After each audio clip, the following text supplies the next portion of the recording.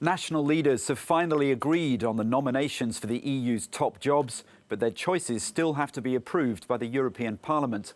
Two women have been proposed for key posts: Germany's Defence Minister, Ursula von der Leyen, to head the EU Commission, and the French head of the IMF, Christine Lagarde, the European Central Bank. Well, the European Council, made up of leaders from all 28 member states, had spent a gruelling 3 days in Brussels trying to thrash out a compromise. Jack Parrock has the story.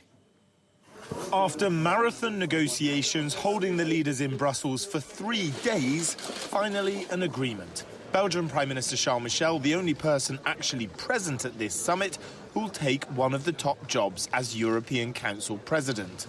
But it's the last-minute outsider, German Defence Minister Ursula von der Leyen, who's set to take what's considered Europe's top job and become President of the European Commission. We have chosen 2 women and 2 men for the 4 key positions. A perfect gender balance. I'm really happy about it. After all, Europe is a woman. The other woman is Christine Lagarde, head of the International Monetary Fund and former French finance minister. Notably, the European Commission president is not being selected as the lead candidate from the winning political grouping in the European Parliament. That would have been Manfred Weber from the EPP. While von der Leyen is from the EPP political family, this choice may mean the so-called Spitzenkandidat system is now over.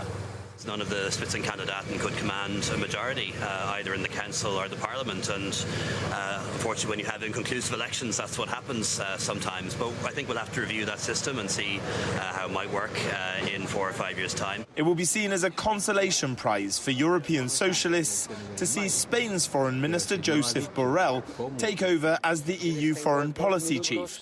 They were fighting for a full presidency. But their Spitzenkandidat, Frans Timmermans, who seemed so close to becoming Commission President at one point during this process, was blocked by Eastern EU member states. It's now over to the European Parliament, sitting in Strasbourg, to vote to approve the 4 candidates. Jack Parrock, Euronews, Brussels. Well, our political editor, Darren McCaffrey, joins me now from Strasbourg. Well, Darren, the Parliament makes a big thing of playing a crucial role in the election of the next European Commission president, but here all the group's nominees have been set aside. So how are these choices thrashed out in Brussels going to go down amongst MEPs?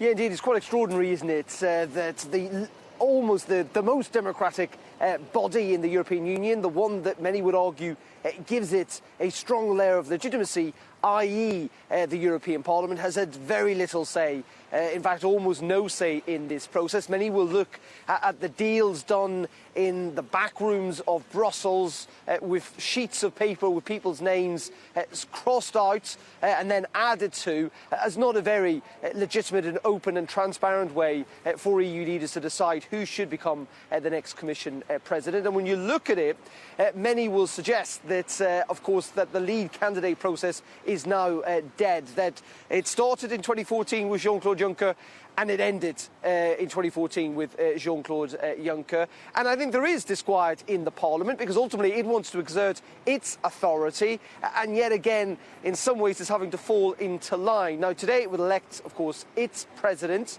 and we are expecting that to start around 9 a.m.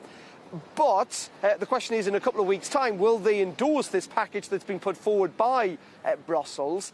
And I have to say at the moment, it may well pass, but there does seem to be an awful lot of opposition, not least among socialist MEPs who are not at all happy with the package on offer, given the fact that, as Jack referred to, they had expected that Frans Timmermans, only 24 hours or so ago, their candidate may well have ended up as Commission President.